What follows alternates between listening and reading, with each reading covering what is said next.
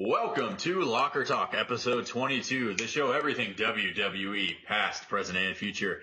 I am your host, Koltyn. As always, by my side is my co-host, Matt. We're back, baby doll. Our grand return episode right here, episode 22. We've got some great stuff to talk about. We're going to talk about Raw this week. We're going to talk about SummerSlam. We're even going to answer a few fan questions. So, Matt, I'm going to kick it over to you. Give me your thoughts on this week's episode of Monday Night Raw.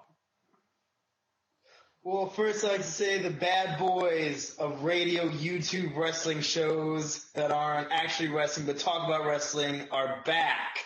It's a very specific category. There's only one of us, so we are the best show in there. That's right. Raw was pretty fantastic. I don't think we're able to break this down just one-on-one because if I just gave you my thoughts, we'd be here for 30 minutes. We'd be here for another 40 minutes for your thoughts. You were there. I'll pick a section to begin with, though. I'll begin with the divas because I feel like that's one of the most important things right now. First of all, can I just say, why is Tamina in there?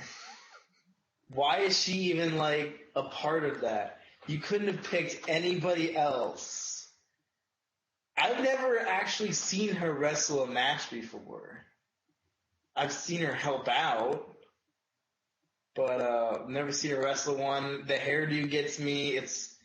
She's forcing a mullet on herself a little bit. I don't know. She can't talk. She does this weird thing when she gets in the ring and she celebrates. It's weird. Other than that, okay, so let's get on the first Divas match. That was not Brie Bella. It was Brie Bella because Nikki Bella's the champion. It was Brie Bella versus Charlotte. Pretty fantastic match. Charlotte got the win, obviously. You don't want to make her look strong. It was a good match. I don't think it was as good as the other one. We'll get to the other one in a second. I liked everything about this match. I like the entrance. I like the gang rivalry that's ensuing with the Divas division. I think Stables is a great way. And then eventually when Nikki gets the belt taken off of her at SummerSlam or whatever, the gangs implode. And you have this just plethora of singles women that's going to fight for it. It's going to be amazing. What do you think about the first match? Charlotte against Brie Bella was a really, really good match. The crowd, being there live, the crowd was really into it. The crowd was wooing all night up until Raw started. Their woo chants were going crazy. It was a really, really fun match, a really entertaining match to watch. I was really excited to see Charlotte on Raw.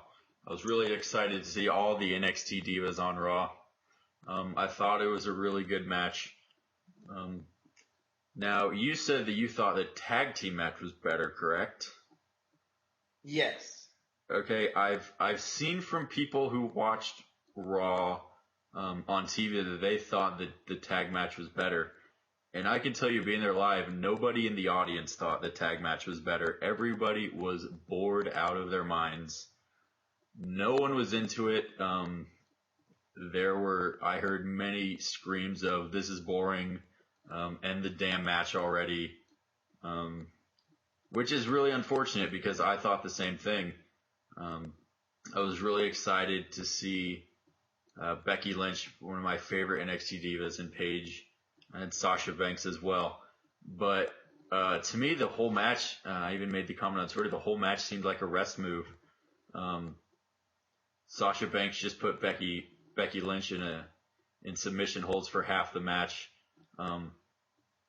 It just seemed to be a beat up on Becky Lynch match. There wasn't really a whole lot of back and forth going on. It was put her in a submission hold. She gets up, kick her down again, get her in another submission hold. She gets up, you kick her down again, you get her in another submission hold to kick her down again. And yeah, the crowd really wasn't into it live, but I've heard from several people that they thought the match was really good on TV. So I don't really know where that stems from. I don't know what the difference in that is. But maybe you could elaborate a little bit more on what what made you think that the tag match was better than the singles diva match? Well, it was longer, for sure. It was longer, and it was a big beatdown on Becky Lynch. But I don't know. I'm a fan of Sasha Banks. I know I'm gonna get on RTM's bad side here. Our friends over there at RTM Wrestling, but I'm more of a fan of Sasha Banks' style than Becky Lynch. I mean, obviously I like Charlotte as well up there more than Becky Lynch. Not to say I don't like Becky Lynch. She's fun to watch.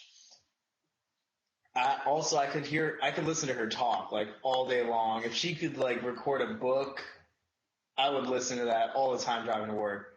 But I mean, the match was good. It was long. I think it went through 2 different commercial breaks that could give you a sizable, Okay. Yeah. Whatever. But I like the resiliency. It showed on TV, I guess, that Becky Lynch is strong and like she can keep going. And I think it's also important to not make Sasha Banks get lost in the shuffle because she's on Team Bad, which if you're really ranking the gang system, it's the least important of the 3. Because once again, you have Tamina. Not Tamika. On there with, it's important. So if anything, when all of this breaks down, you're going to have Sasha Banks catapulted up into the top. You want to make her look strong, and that's exactly what they did. You also on TV, you heard her be very vocal during the match. You heard a lot of insults and a lot of like, you want in on this to her partner and just beating her up.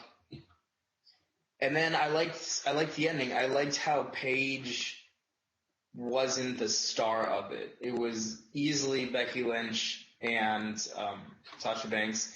I feel like the Divas division is realizing, okay, they've had enough of Paige. We need to keep her in here. We need to keep her an integral part. But we also need to push these other divas to show that they're strong and that they can do it. Yeah, definitely. Yeah, just keep the Bellas out of this, and I'll be decently happy. Yeah, they have gotten better, but at the same time, I know RTM and Andy mentioned this on their recent episode with the Magic Battleground. Brie Bella just really looked foolish. Like I said, they just threw her into the wolves, having her go against Sasha Banks and Charlotte in that match, and she was just completely outclassed. I mean, she didn't look terrible. There's really nothing completely wrong with what she did, but she was just completely outclassed. And so, with that, also, Team Bad, you need a different name. That's just too easy to make you look terrible. Your name's Team Bad. 2, like you said earlier with Tamina's hair, I don't know if I spaced out for a little bit or something, but I looked up, I saw Tamina at ringside, and for whatever reason in my mind, I thought, why is Adam Rose standing at ringside? And I don't know why my head thought that it was Adam Rose. But yeah, it was, I don't know, it was really, really, it was something. But yeah, I think they're going in the right direction. I hope this Divas revolution is sustained for a while. But yeah, it was really good. Would you like me to pick the next topic from Raw to discuss? I can. Sure, go ahead. Okay, I won't go with the obvious one. I will go with. I just from the things that I noticed, I would have to say that of all the pops, I'd say one of the bigger pops of the night, which I was surprised about, went to Roman Reigns. I knew when Reigns was about to come out, I was kind of expecting a majority of the people to cheer for him, but I still expected to hear some boos. But the Sprint Center went absolutely crazy for Roman Reigns when he came out, which was really exciting. He came out it seemed that he came down a different ramp than he does normally. He seemed to be closer to the middle of the crowd than normal, or maybe that was just from where we were sitting, it looked different, but from where we were at, it looked a little bit different. It's Roman Reigns against Luke Harper. I was really excited to see Luke Harper back. As you guys know, I do enjoy watching Luke Harper wrestle. I think he's a decent, mid card guy. He can get the job done in the ring, and I feel that Roman Reigns can do that as well. Fun to see Bray Wyatt out there. Awesome to see Dean Ambrose back. We weren't sure with Battleground in St. Louis. He wasn't there. We weren't really sure what they were going to do with him, but it seems like they're going to put him with Roman Reigns with the kind of mini Shield versus Wyatt thing, which I kind of have mixed feelings about, but we'll get into that a little bit later, I think. But yeah, what were your thoughts? I wasn't sure how it would go over on TV. How did Roman Reigns' reaction look to you on TV? How did the match go? Do you think? What were your thoughts on a potential escalation of this into future pay-per-views with Roman Reigns, Dean Ambrose, and the Wyatts? Well, for sure, Roman Reigns got a huge pop. Bray Wyatt got his usual pop, I feel. And then Dean Ambrose just got a so-so pop. There was... When you hear Dean Ambrose music, I mean, you think of him as a top three crowd pleaser. But this time, I mean, Roman Reigns completely overshadowed him. And I feel like that's in large part due to the fantastic match that Roman Reigns and Bray Wyatt had at Battleground, and that trickled over. And the great booking that they're doing for Roman Reigns now. So, match started. It was great. Yeah, I like Luke Harper in there. Like you said, he's a great mid-card guy. He's big. I like he's not your technical wrestler. Like he'll jab you on the throat with his hand and stuff. I loved the back and forth. The back and forth was the best part. This match was your textbook back and forth match. When, Roman Reigns got his arm hurt and everything. And then at the end, when Bray Wyatt just could... Okay, side note. I love how Bray Wyatt took Byron's chair to sit in during the match. Yes. It was that would happen because I noticed that Byron was standing the whole match. And I looked at Farmer, I'm like, why the hell is Byron standing up? Like, I had no idea what was going on. I didn't notice that Bray Wyatt had stolen his chair. That was one of my Bray big Wyatt questions. Walked over and took the chair out from under him, rolled it up, sat in it. that was hilarious. That's great.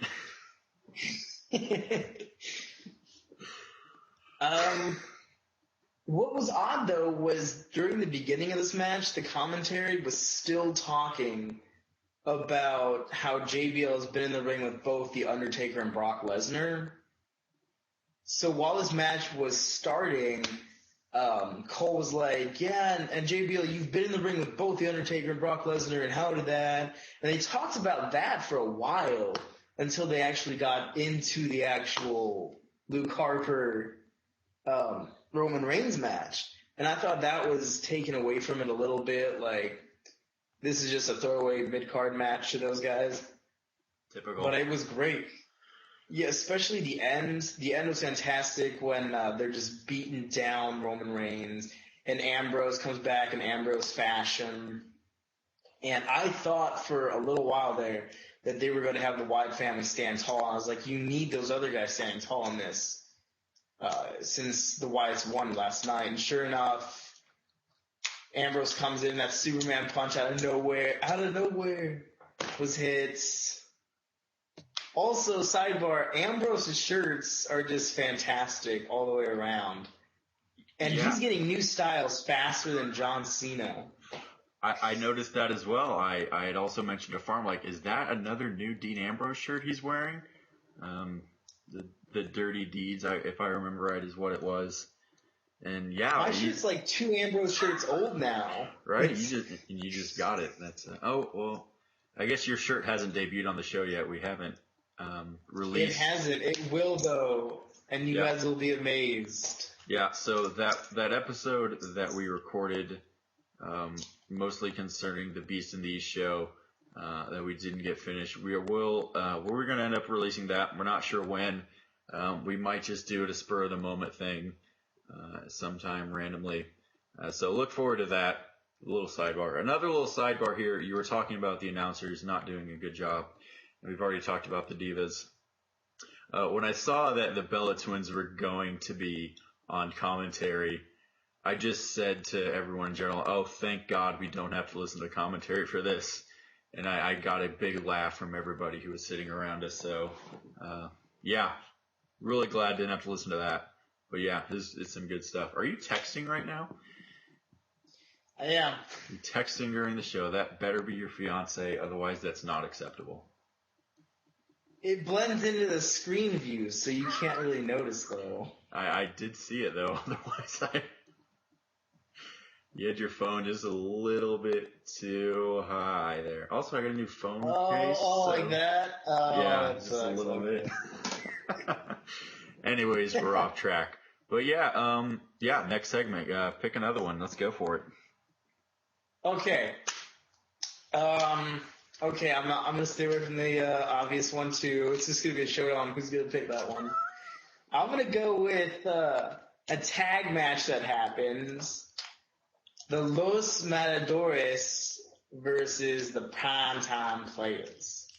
Now, first of all, a lot of people don't like Los Matadors. I can see why.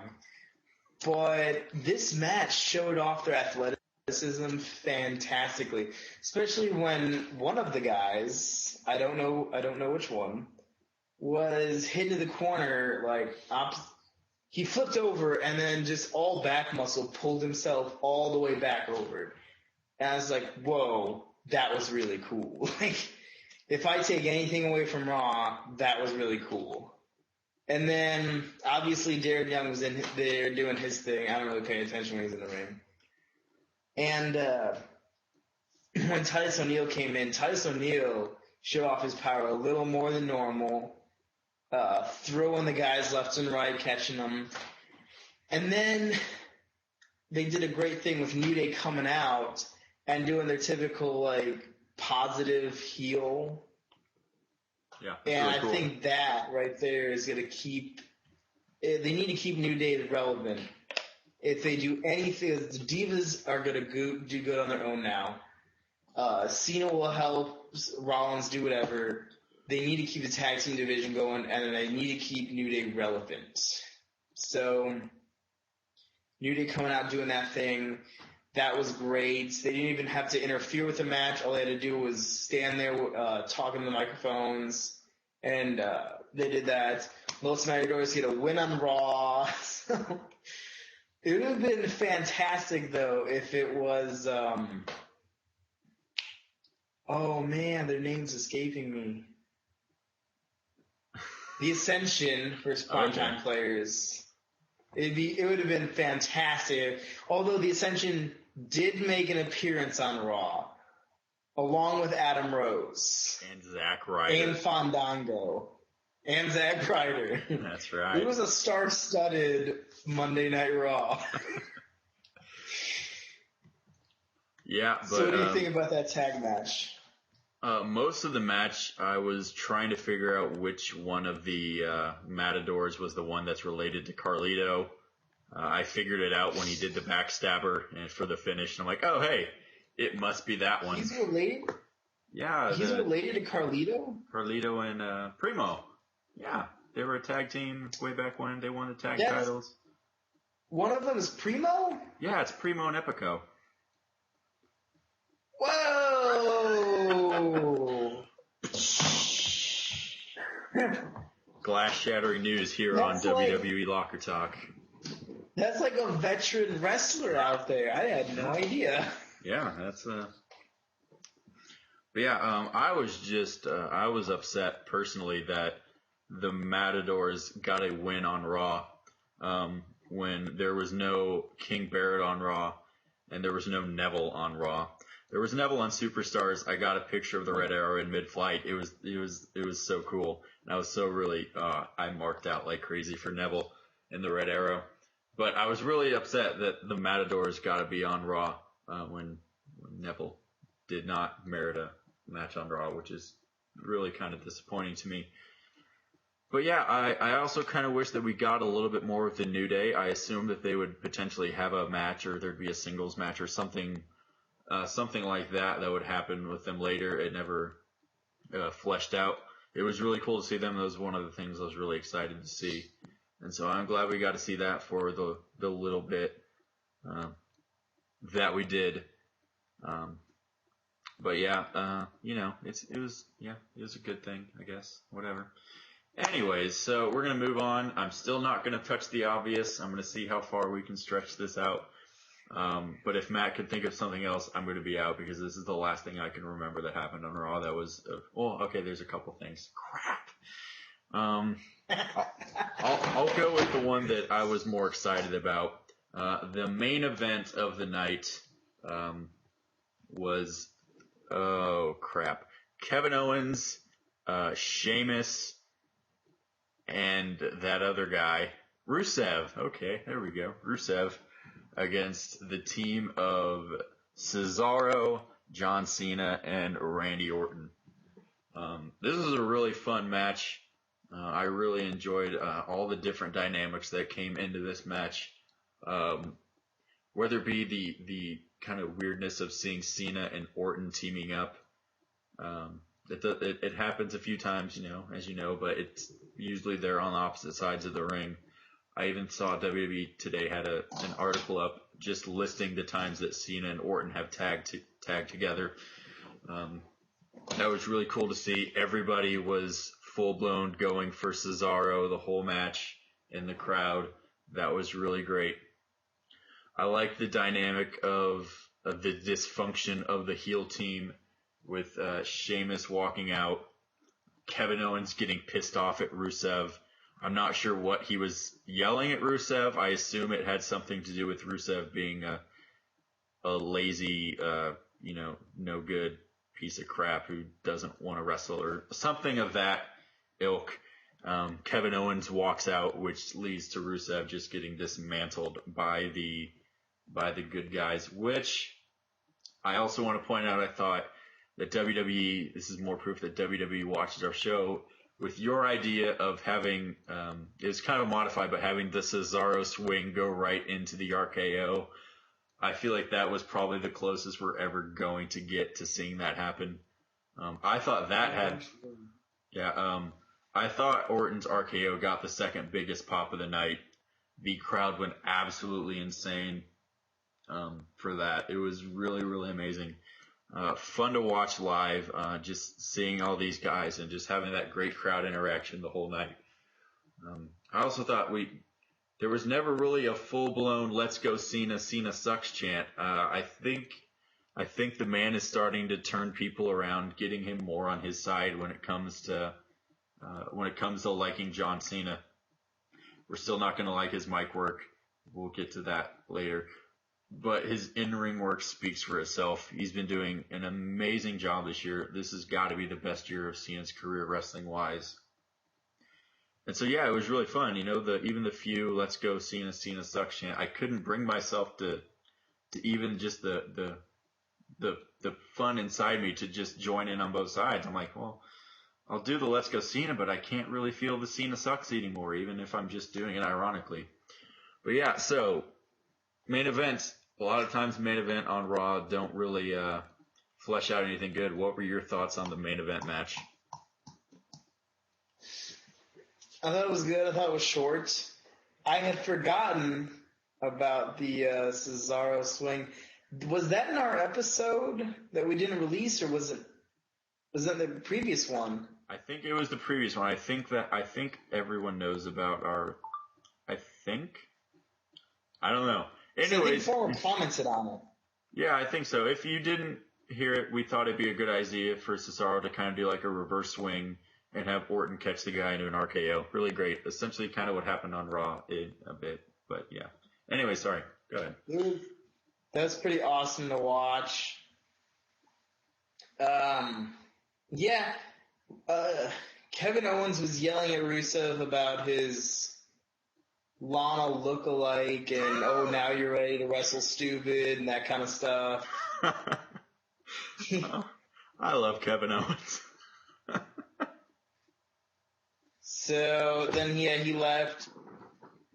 I like Sheamus. I like that thing, Sheamus versus Kevin Owens. That was cool. I never like it how someone walks off, and in this instance, Sheamus hits him with an elbow just innocently. A normal wrestling move in a match where you just get up. But since, he had to walk off, Kevin Owens was down for like 2 minutes straight. And it's like, well, you gotta hit him with a bro kick or something, like, then keep him down for 2 minutes, Yeah, I liked Cesaro in this match. I liked how Cesaro got the whole thing. Basically, it was Cesaro versus 3 of them for a little bit, and then when it started to break down, then they brought in Cena and Orton. I don't actually think Cena was ever legally in the match.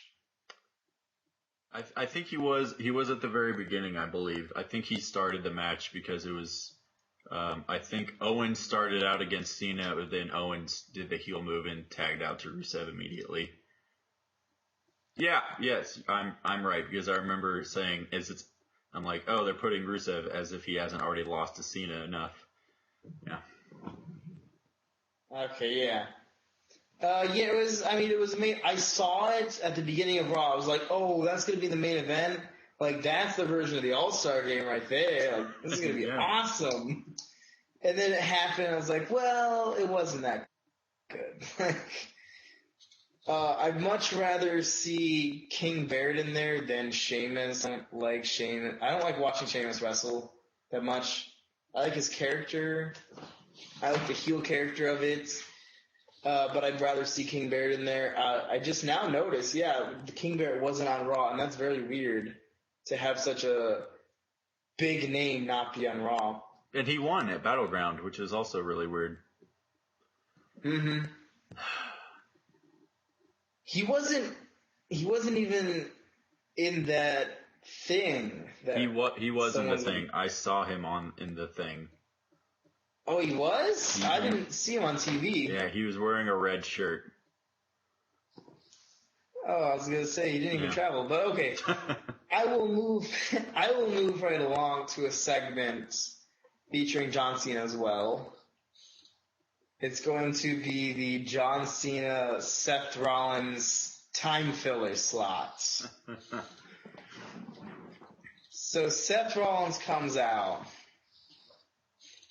and starts his monologue, and it's pretty boring. Starts calling it, he doesn't give a crap about Brock Lesnar and the propaganda about Paul Heyman and this and that. And I thought it was the ultimate heel move at that point in time to call Lillian Garcia in. I was like, this is him doing his job good now. Like, wants Lillian Garcia in there, he wants him to, even when she's like, by disqualification, like, he grabbed her wrist very aggressively and said, by interference by the Undertaker and stuff like that. So that was good. That was the only good part. Cena comes out, which I feel it was either Randy Orton or Cena. So I guess the people got what they wanted. And I would argue that on TV anyway, I don't know about how it was live, that moment was the biggest pop of the entire night. Was when John Cena came out to stop Seth Rollins. Did not see it that there way. There were 3 big pops from television. It was Roman Reigns, that John Cena moment, and when a certain person came out to beat another person. So in this segment, Cena comes out, they tease a match. I actually thought for a second, foolish me, I actually thought when Seth Rollins took his shirt off, I was like, it's going to happen. They're going to fight a little bit here. They're going to get a little physical. Maybe some pushing, maybe some shoving. Seth Rollins with the ultimate heel move gets out of the ring, just shrugs it off, holds up the championship. John Cena doing his best to say, like, it's the man that makes the title, not the title that makes the man. But at the end of the day, it is Seth Rollins who's the WWE champion. I feel like this is going to set up some kind of a thing where Cena's in the championship mix, so I don't think Cena's going to take it. I have heard, though, that Seth Rollins is not selling the ratings and how WWE might panic and put it on Cena or Lesnar soon. God forbid. So what do you feel? God forbid. That's what I feel. Yeah, this segment made absolutely no sense to me whatsoever on several different aspects. One, I like Seth Rollins. I like his heel character. I like his heel work. He was getting booed pretty heavily by the crowd. So that was good to see. He's still being able to do that big heel character and arguably, the top heel in the company. But the fact that John Cena came out just rubbed me the wrong way. I absolutely do not want to see John Cena go for the WWE World Heavyweight Championship. It's, like I said, you guys know, I like John Cena. I like his in-ring work. I have no problem with a match of John Cena against Seth Rollins. But I feel like Cena now going for the World Heavyweight Championship kind of takes away a little bit of the U.S. title and the U.S. Open challenges. Because, Cena's been trying to build prestige for this, but by him going for the World Heavyweight title, it kind of shows that, oh, hey, this title is a lot more important than this one. Obviously, the World Heavyweight title is a lot more important. But with the way Cena's been going about these U.S. Open challenges, trying to build up the prestige for the U.S. title, which he has been doing, it kind of goes against that mentality. And so I'm really not for any kind of title match with Cena and Rollins. It was brought to my attention that maybe they'll just do a champion versus champion match at SummerSlam. That doesn't work for me either. I'll get into that more later because we're going to discuss SummerSlam. But yeah, I thought it was really weird. Cena takes off his shirt and suggests that they have a match. And I'm like, John, you're already scheduled for a 6-man tag match here in like a half hour. What are you doing? Like, we know you're not going to have, 2 matches on the same Raw back to back. Like, even WWE isn't that stupid to put Cena in, in 2 unrelated matches like that back to back. And so the segment just kind of rubbed me the wrong way. It didn't really make a whole lot of sense to me. And yeah, I don't know. I'm not really for it, really at all. And so, yeah, that's kind of what I thought. Have we reached that time? Is it time for the actual main event, as it were? There's a match we are forgetting about, and it's very forgettable. Oh, well, it doesn't matter. What match was it? It included The Big Show and The Miz. I know I'm forgetting about this match. I fast forwarded through the entire thing, so I didn't watch it. Yeah, so anyways, The Miz wrestled The Big Show, and events transpired. Wrestling happened, and life went on. Anyways, so yeah. Didn't the Big Show win? Yeah, Big Show won with. Okay, actually, I do have something I want to mention about this. Big Show won with an elbow off the second rope, which is new for him. And then in the arena, the lights went out and they showed like a video package like they do whenever they go to commercial break. But when the lights went on, they had a bunch of people out there, a bunch of medical people out there checking on Miz. And I wasn't sure whether that was kayfabe or whether it was real. I couldn't really tell. And so I think it'll be interesting to see whether or not that's a legitimate injury to the Miz. Because if so, the whole Intercontinental title picture is just kind of literally blown up from the inside. But yeah, that's all I've got to say. I have something to say about this match. Did you know The Miz brought a championship to Cleveland before LeBron James could? Cheers. Food for thought on that one. That's fantastic. Okay, so anyways, the moment or moments of the night, as you can obviously all know if you watch Raw, and if you don't watch Raw yet you watch our show, I'm not really sure what you're doing with your life. It's kind of weird. Anyways, the return to a Monday Night Raw of the dead man, the Phenom, the Undertaker. Undertaker came back at Battleground to seek revenge from Brock Lesnar for defeating the Undertaker's streak. Undertaker started the show. He gave a promo, and it was just so cool, man. I was so super excited to see the Undertaker, and even to see the Undertaker talking, because we don't really, get to see that a lot. Because, when he comes back for WrestleMania, you don't really get a lot of talking from the Undertaker. He just kind of does the weird aura of the Undertaker thing, and then he comes back for the match. He sails off into the sunset. But so it was really cool to see the Undertaker live in person doing a promo. Especially when I've seen the Undertaker once at a live event way back when, and that was way back when he was doing his American Badass character.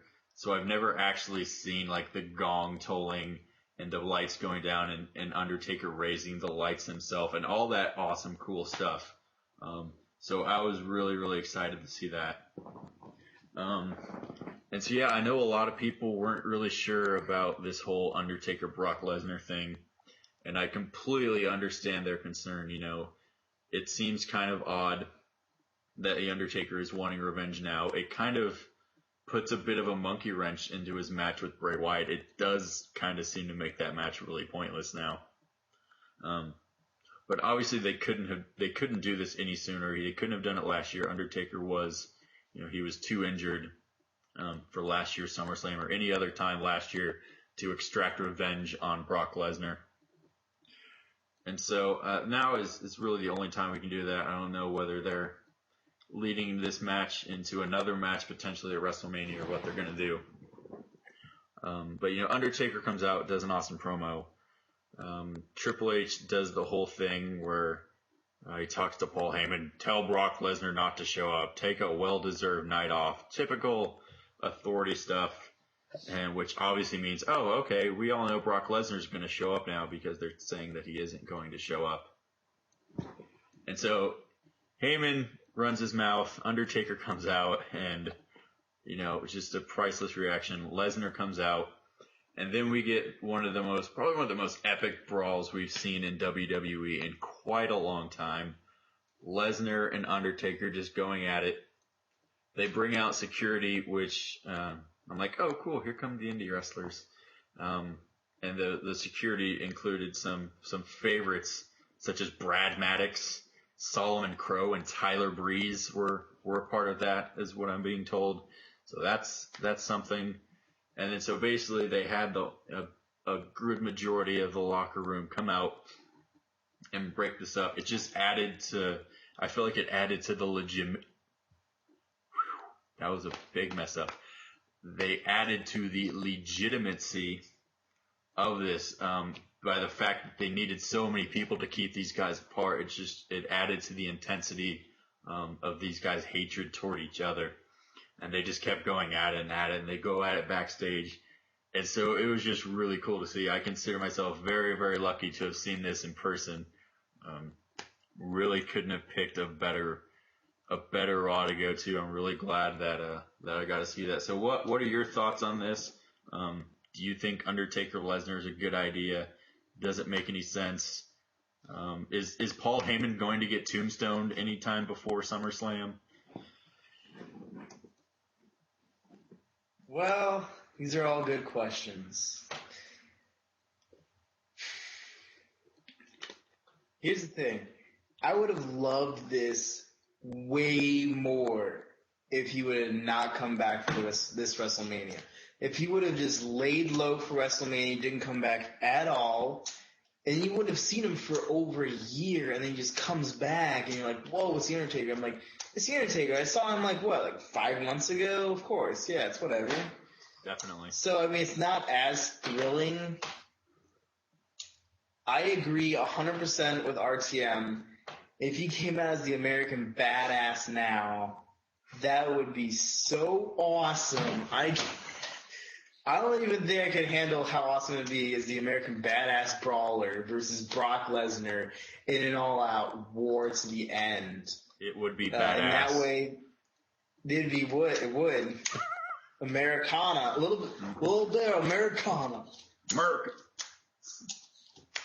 So, that aspect, I didn't like Undertaker's speech as much. I mean, I liked it, but I felt like he was stumbling over himself a little bit. Well, Like he was stumbling and bumbling along the way and kind of lost his words a little bit. At one point, he flat out paused, like he totally forgot what he was going to say. Yes. Yeah, honestly, I don't even remember anything he said. I think for me, I was just so, like, awestruck with the fact that The Undertaker was, right there. And, the red lights, or the purple lights, rather. I think I was just so enthralled in the fact that it was happening. Like, I don't remember anything about his speech. I mean, I obviously had to do with, I want revenge. And I remember him saying the Grim Reaper. He was now the Grim Reaper. I thought that was kind of a cool interviews. But yeah, I really don't remember. I just remember being awestruck at the fact that The Undertaker was there and the whole aura of The Undertaker. But yeah, anyway, sorry. Go ahead.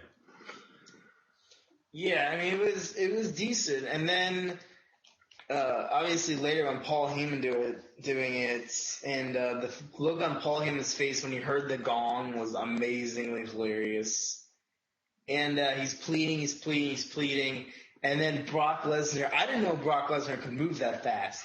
He booked it like that ramp, he took it in 3 steps. Like, he's just down there, and they're going at it.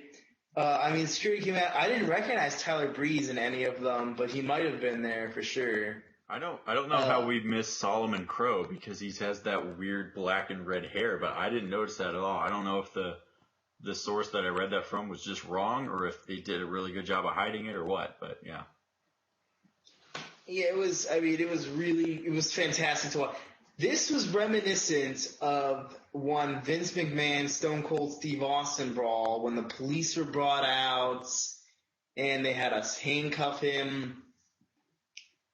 Speaking of handcuffs, later on backstage when Brock Lesnar got zip tied, that was intense. I loved how they literally had to keep all these guys, and you had Titus O'Neil was like, keep him back! Keep him back! Like, he was like, we don't want anything to do with Brock Lesnar. We got our own troubles with The Undertaker. And I feel like, yeah, all those guys did a great job at making The Undertaker look incredibly strong, even at his age. Like, you can tell they were selling it amazingly. Even guys that were just in matches like 5 minutes prior were selling it great. I mean, obviously they're tired. And like I was telling Koltyn earlier, this is, I think, one of the only Raws where you got to see people 2 to 3 times in one night, and they never do that. Let's just cycle through everyone. That's fine. Unless it's Kane. And I think one of the main reasons we didn't see King Bear is because there were 2 Divas matches. And even the Bella Twins on commentary on the second one mentioned the fact that there are 2 Divas matches and how that's an odd thing to have happen. Yeah. But, I mean, that's all of Raw. The brawl was amazing. The brawl made Raw. That could have, if they could have just done that, the rest of the 2 hours I'd have been fine. Yeah, the brawl happened. I said, all right, that's the best thing that's going to happen. Everybody can go home now. It was really, really fun.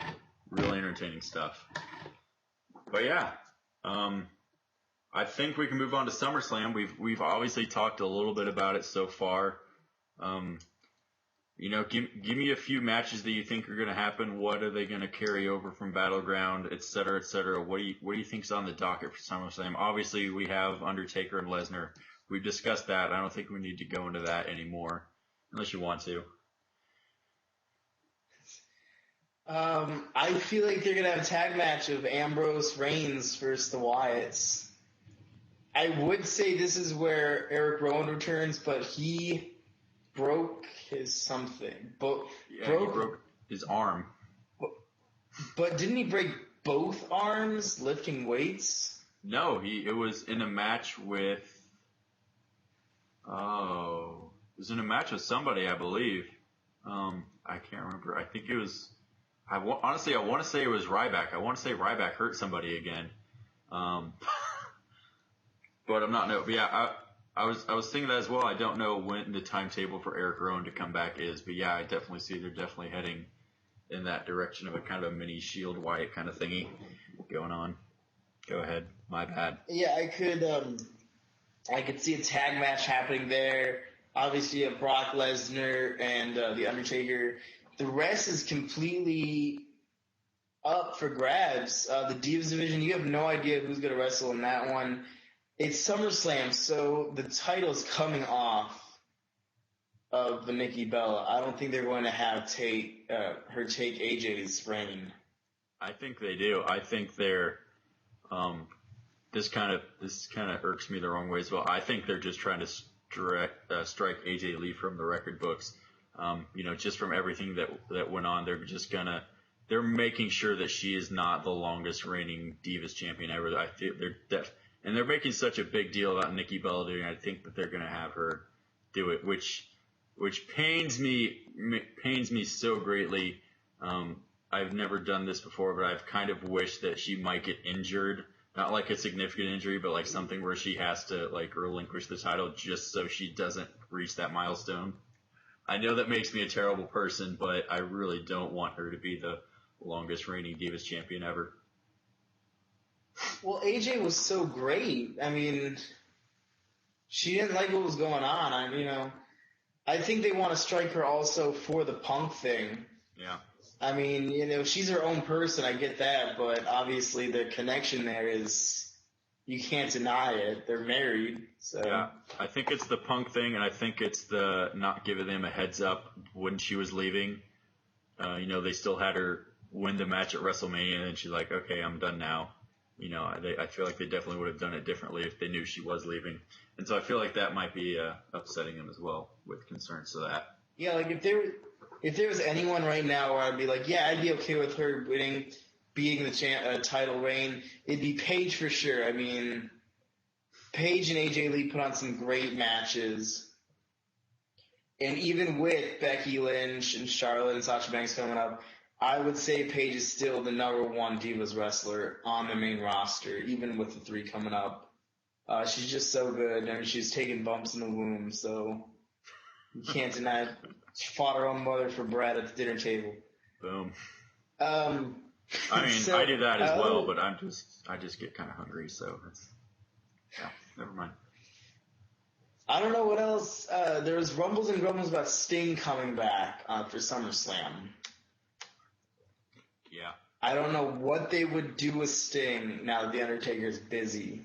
Yeah, I've heard rumor that, one, he was going to face Bray Wyatt. I've heard that they might put him in the tag match with Ambrose and Reigns against the Wyatt family. I've heard that he might show up at the end after the Lesnar-Undertaker match or get involved in the Lesnar-Undertaker match or something. For me right now, I don't need to see Sting back. I don't think he's coming back even. I just feel like WWE has so much going on right now with Undertaker and Lesnar, with the Divas, even with everything else that's going on with Reigns and Ambrose and Cena and Rollins and Cesaro and Rusev and everybody that's going. I feel like there's just too much going on right now. They don't really need Sting to come back. Yeah, I think one match that I feel like they're definitely starting to build to now. If you watch SmackDown tonight or Thursday night, because it's definitely Saturday night when the show is out. It looks like they're building towards Kevin Owens against Cesaro for SummerSlam. They're starting to get a bit of a rivalry going, which is perfectly fine to me. That would be one heck of a wrestling match any way you slice it. I'm kind of disappointed that it doesn't seem like they're going for a triple threat for the U.S. title. I would much prefer that to Cena against Rollins. And like I said earlier, I feel like with Cena and Rollins, if it is just a champion versus champion match, you have to defend the World Heavyweight Championship on at SummerSlam. It's one of the 4 big shows of the year, Royal Rumble, WrestleMania, SummerSlam, and the other one. So the three big Royal Rumble, SummerSlam, WrestleMania. Yeah, so the big 3. The rest of them suck. The big 3 is what we'll go for then. But yeah, you need to defend the World Heavyweight Championship match. I think another option that they could do for SummerSlam as well with the Divas, I feel like they could easily do a Divas Championship match. Divas, let's try that again. A Diva,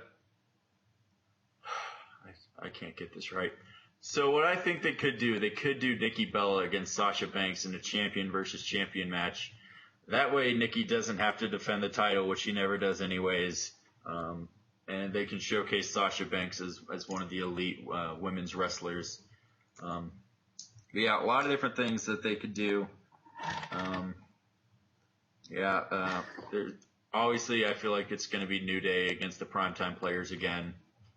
That just seems like it's going to happen again. That's really all that they've got going for the tag division. Do you have anything else for potential SummerSlam? It is kind of early. They don't really have a lot set in stone yet. Yeah, I think they're going to put the tag titles back on New Day for sure. I think I want to see at least 2-3 titles change hands. If you're going to have a big pay-per-view, you want big reactions, If Ryback's going to be gone, I want to see the Intercontinental Championship there every week. Put it on someone else. Not Big Show. It would be amazing to see the world title change hands because I don't like it on Seth Rollins. Seth Rollins' matches are good. I just don't like seeing the championship on Seth Rollins right now. I say just don't take it like off. Seth Rollins. No, I like his matches. His matches are good. It's like Kevin Owens. I can watch a Kevin Owens match and be like, this is really good, but I don't like Kevin Owens. Well, yeah, what I'm saying is you just don't like Seth Rollins as a person. That's why you don't like it. Like, you just don't like him as a person. I don't like Seth Rollins as a person. He's a bad person. His morals are not there, and I'd like to talk with his parents briefly. That's all. No, I think he's just green still. If you take the championship off, he can still make the championship reign he had good. If you give it maybe a year or so again to put it back on him. There's a few other people that are ready, like Dean Ambrose is ready. I think Roman Reigns is now ready with the crowd behind him. Even if it's a stretch, but even Bray Wyatt is technically ready for a title. I just view Seth Rollins as a kid. Like a kid amongst men, like wrestling, and Seth Rollins is just like, yeah, I'm here to play. Like, no, you're not. Sit down, shut up. Here's a coloring book. Also, I was going to say, I am totally on board with Cesaro, Kevin Owens. The only bad thing about it is another Cesaro loss, because you're not going to have Kevin Owens lose back-to-back feuds. Really back-to-back-to-back feuds, because Finn Balor feud, he lost. John Cena feud, he lost. And you're not going to have another one. And with NXT Takeover is the night before SummerSlam. Balor's not going to lose the match to Owens, so I highly doubt they're going to have Kevin Owens lose 2 big televised shows back to back like that. Another good point there. Good job. Now here's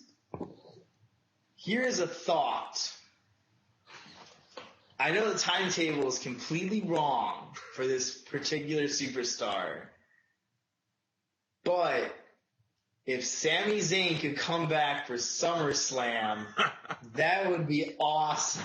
Oh, man. That's a WrestleMania caliber. Think about it. If Kevin Owens is in, like, let's say a triple threat or whatever with Cesaro, Cena, he's about to win, and Sami Zayn's music hits, and then, like, Cesaro just clips him with an uppercut or something like that, ends up losing the match, that could possibly be technically a bigger moment than any WrestleMania moment they could put out there this year.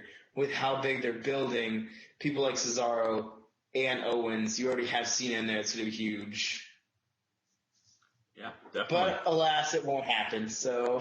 Yeah. I've heard maybe they might have Sami Zayn be a surprise entrant in the Royal Rumble. He might just go straight back to NXT. Who knows? Should be fun to see, though. Really hope to see Sami Zayn back. Anyways, yeah. So are you ready? I'm ready. All right, let's get to some fan questions. So we have 2 questions this week. The first question comes from who else but Farmer. So Farmer asked us a good question this week. Is a 2-part question. I thought it was a really good question. And Farmer asked us what are some submission holds that we think look the best. And so I assume he means look like they cause the most pain and would be the most, physically painful submission moves. He also wants to know what are some submission moves that we don't like seeing. So, Matt, I pose this question to you. Give me your thoughts on some good submission holds and some bad submission holds.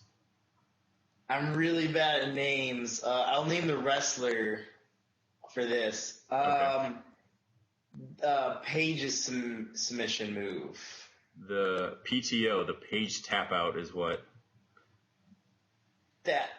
It looks painful for the person who's in it and for Paige because she has to hold their weight. Yeah, in the that squatting entire position. Time. Yeah. So I love that. I would say Sasha Banks, but it's very reminiscent of a certain person's finishing move. But that's none of our business. But that's none of my business.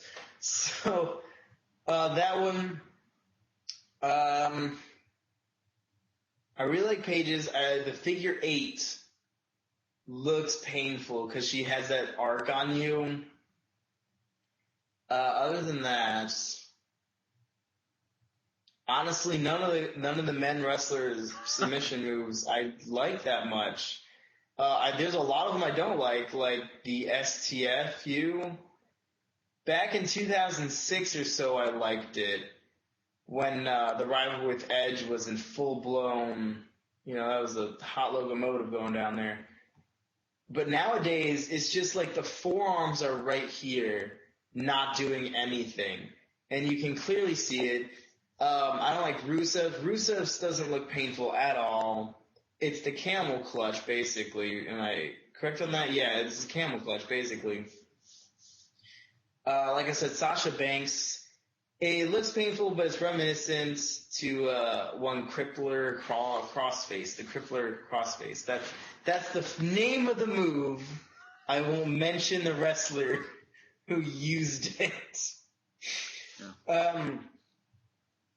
Other than that, I can't think of any other finishers that are submissions that are like John Cena. John Cena is just he shouldn't have a submission anymore because he's at the point. If he does, get him a new one. Rusev, I get that's his sole finisher, but it just looks bad.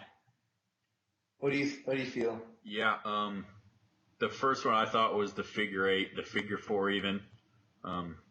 Farmer and I were discussing during Raw a story about the figure 4. Apparently the actor Freddie Prinze Jr., who's been a guest host on Raw, he's been a big wrestling fan his whole life. Apparently as a child he got in a fight with someone and broke this other kid's leg using a figure 4. And so he obviously didn't know his own strength or something, but apparently Freddie Prinze Jr. has broken a kid's leg using the figure 4 leg lock. And so that seems to me to be a pretty impressive move. I think Charlotte makes it even better by adding the bridge. What I didn't think of the page tap out, I completely forgot about that move. It's one of my favorite finishers on the main roster currently. But like you said, that's just got to be painful for her too, to be in that squatting position, holding the other person up. Really shows her strength though, so that's really cool. There's a lot. There's one that I want to mention, but I won't mention it because it's going to be used in our next question. So I'll wait for that because that's a fun one that I like. Like you said, I don't like seeing Cena's STF. I liked it when Kevin Owens did it to Cena at Battleground though, because he actually made it look like legitimate. He put it across his face, across Cena's nose. But like you said, when Cena does it, it's just kind of down here, and it just doesn't look quite as good as it should. I feel like for me, the sharpshooter can kind of go both ways. There are some people who do it who make it look really good, and there's some people that do it that make it just look really bad. I feel like Bret Hart would tell you that everybody except for him makes it look really bad, but he's Canadian, so what does he know? One that I don't like the armbar. I'm sorry, Chris Jericho, but it's just doesn't look good. I hated Alberto Del Rio using it. It just doesn't look legitimate to me. You're just extending the arm like I'm doing this now, and like I can feel that it's extended, but like if I extend it anymore, it doesn't really cause pain. And so I just can't really buy the armbar. I do like the hashtag armbar shirt that Chris Jericho sells. I kind of really want one of those. There's 1,004 moves. Anyways, but yeah, really the figure 4 for me is probably the top one to figure 8. Page tap out. Anyways, so our next question comes to us from our good friends across the pond at RTM Wrestling. They have a fantastic YouTube show. They have a regular podcast that they release every week. They also do a react show for Raws and for the big pay-per-views and for the NXT Takeovers and stuff. So if you haven't already, go ahead and go over and watch their show. Really good, really fun stuff, really British. Just kind of makes me jealous that we're not British. To hear them talk about wrestling just makes it sound that much better. This was the question that we were going to answer on our last episode that we didn't get completely released. We didn't even get to it on the show. So we're going to answer it now. It's actually a question that I posed to them, and they posed back to us. And they want to know what our wrestling personas would be, what our finisher would be, what entrance music we have, et cetera, et cetera. So I'm going to send it over to the main event to tell you what his wrestling persona would be. I wonder what it might be.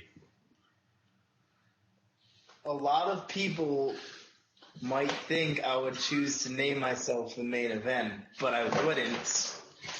My wrestling name would actually be Maximus. And I would be, if I had to melt a couple wrestlers together to give you a mental image, it would be Edge when he was the Rated R superstar with a briefcase, that kind of guy. It would be,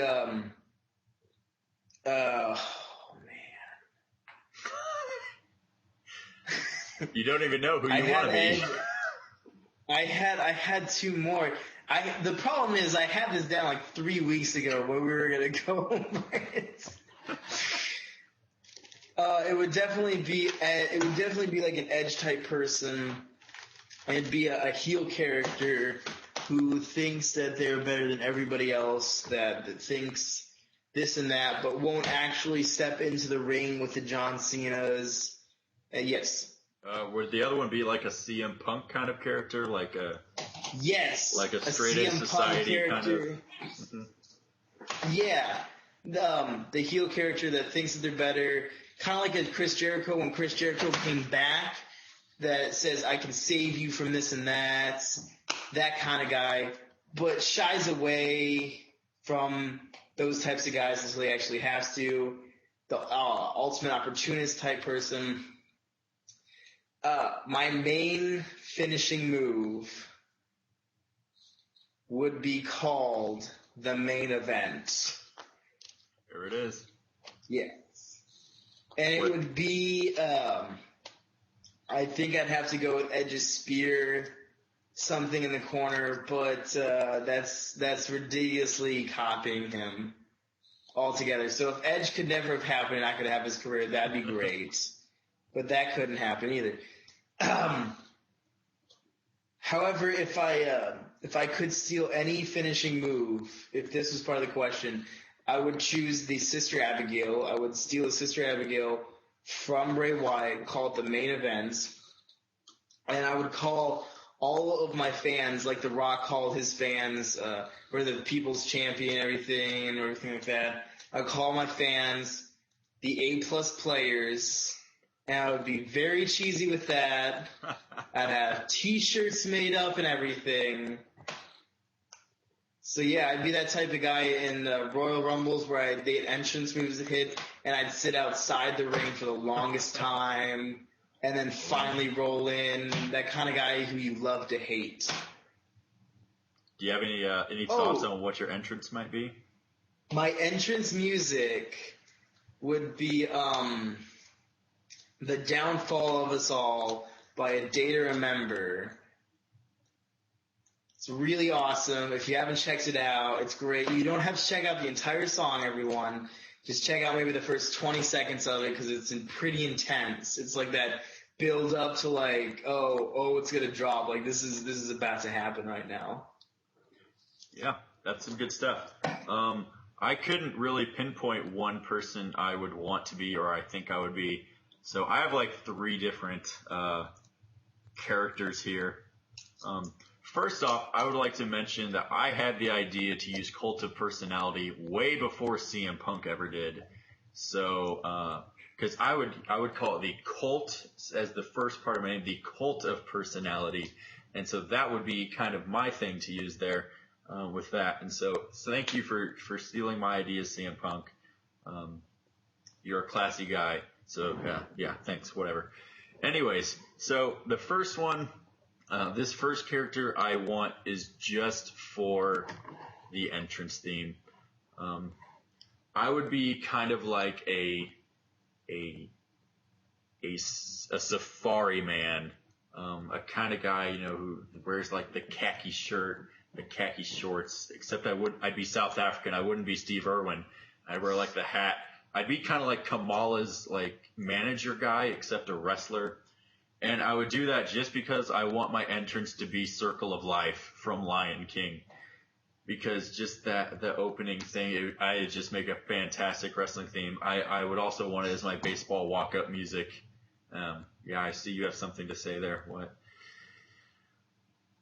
You would appear on the next Gimmick Battle Royal. Yes. Now, see, that's the crappy gimmick they would give me as the start to test how much I'm willing to go through in the business. And then I would move on to my main awesome character. But first, I want to discuss a character who I could never do. I mean, I could never be a wrestler because I have no talent and I'm incredibly out of shape. But I feel like if they ever decided to do this character and do it right, it could be really cool. Essentially, this character is a mime, a mimic as sorts.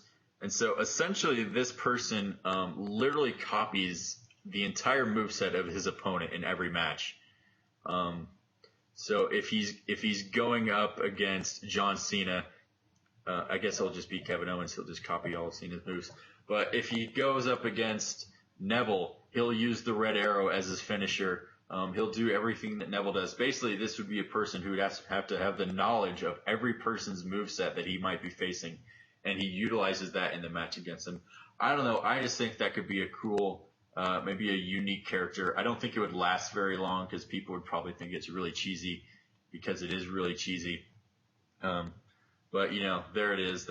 I always thought that might be a cool character. Really. I didn't think of a name for my character. I don't really know. I'd probably just have a typical normal name. maybe I'd use my middle name. I don't know. But basically, I feel like I would probably would be easy for me, just a good old Southern boy, just a country boy. He's, takes it easy, a simple kind of guy who can relate to the crowd. But at the same time, like you said, if I wanted to be a heel, I feel like if I was a heel, I would do the whole "I'm better than all of you" thing. I could probably reform the Straight Edge Society version too, the Country Edge Society or something. I don't know, what have you.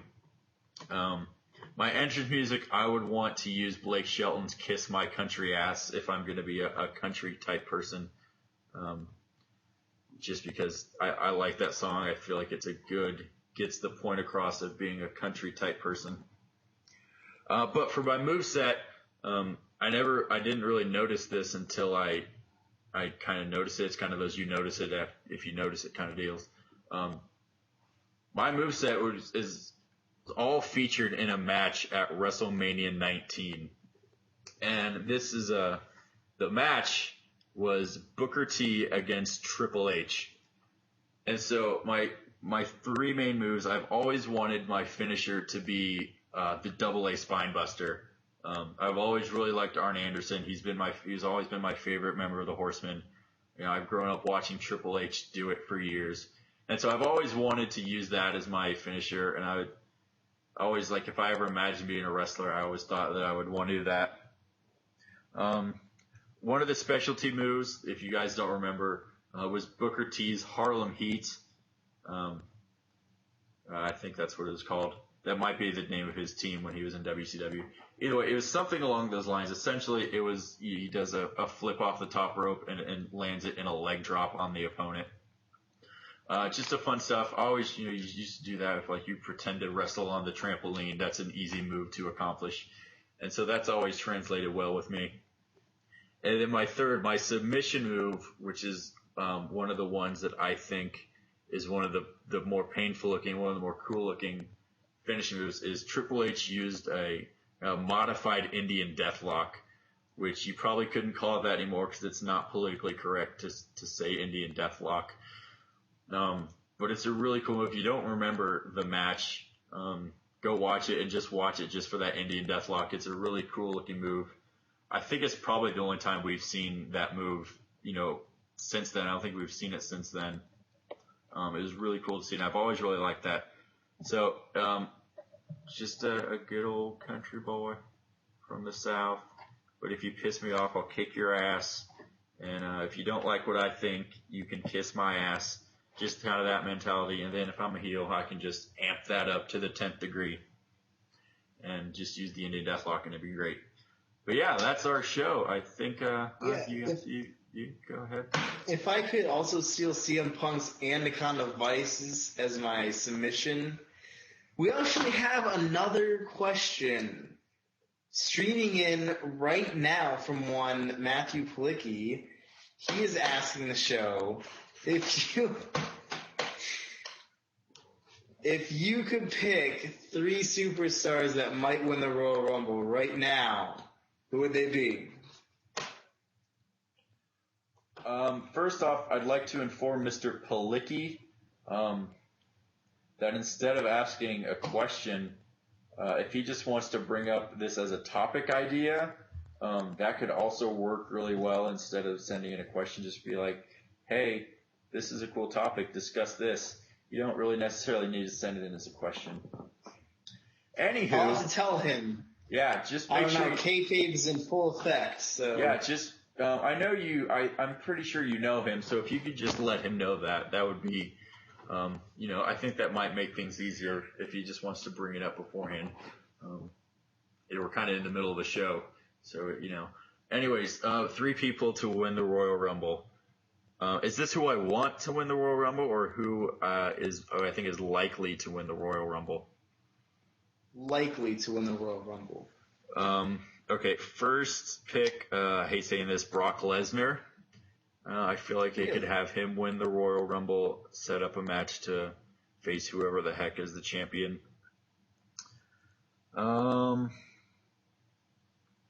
Dean Ambrose, I feel like, is another possibility to win the Royal Rumble. potentially set up. It would be nice to triple threat match with all 3 Shield members at WrestleMania for the title.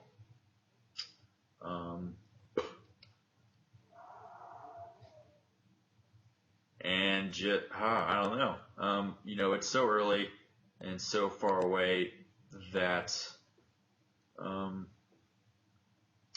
trying to think of one that we wouldn't think naturally, is not an obvious pick. Kind of pays me to say it, maybe John Cena again. That would just be terrible. But I'll say Kevin Owens, just because I like Kevin Owens, and I know my answer will piss you off. So yeah, Lesnar, Ambrose, and Kevin Owens. There you go. I could see them doing Roman Reigns twice in a row. Okay. I could easily see that happening.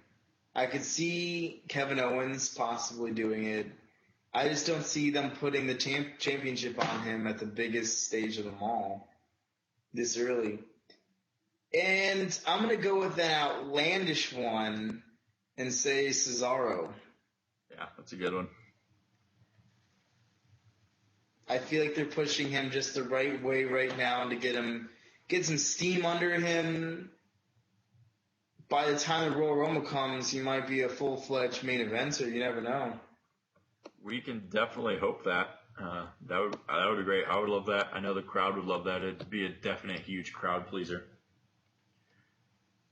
But or yeah, okay. We might have Baron Corbin come up and hit the end of days on everyone. Just one after another. Yeah, I'm still waiting for somebody to send in that question about Baron Corbin that I asked everybody to send on my React show for Battleground. So if you still haven't done so, one of you, all 3 of you that watched, one of you send in the question that I asked you to ask about Baron Corbin so we can answer that in the next one. I think that's a fun topic. But anyways, Matt, do you have any announcements? I think it's time for the announcements portion of our show. We've had a long one. Let's get to it. The announcements. Well, I mean, next week we will be back again and on schedule as of right now to get back to our routine. I don't think that there's any big events coming up. I know for me, not till September is there a big event coming up that I might miss something. So next week we have a great show planned out. We have been putting a lot of thought.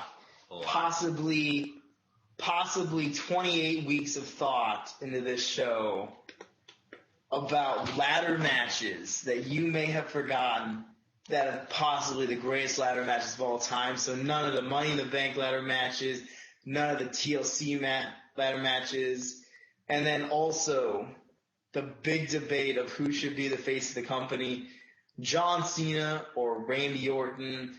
We're going to argue about that. We're going to take sides. We're not going to tell you who's going to be arguing about which side right now.